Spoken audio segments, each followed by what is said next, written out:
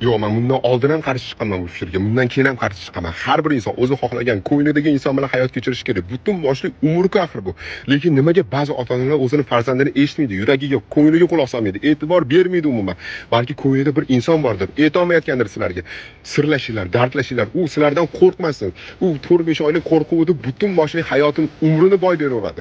Buni badali juda og'ir bo'ladi. Men buni ko'p guvohi bo'lganman. Mayli, ota-ona qarshi chiqsin, qachonki farzandi aqli rason, iymonli, e'tiqodli insonni rad qilayotgan vaqtda.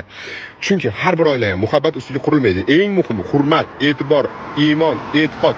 Aynan mana shu narsalar oilani qutqaradi. U oila ayolini hech qachon behurmat qilmaydi, oyoq osti qilmaydi, urmaydi, so'kmaydi. Chunki bu har taraflama noto'g'riligini biladi. Va ikkinchi tarafi muhabbati bo'lsin, mayli, iymonini keyinchalik mukammallashtirib olar. Lekin muhabbati bo'lsa hech qachon yomonlikni ravo ko'rmaydi. Lekin ikkalasi ham bo'lmasa, qanaqa qilib insonni shunchaki berib yuborish mumkin farzandini? Bu juda og'ir narsa. Badalini men juda ko'p insonlarda ko'rganman.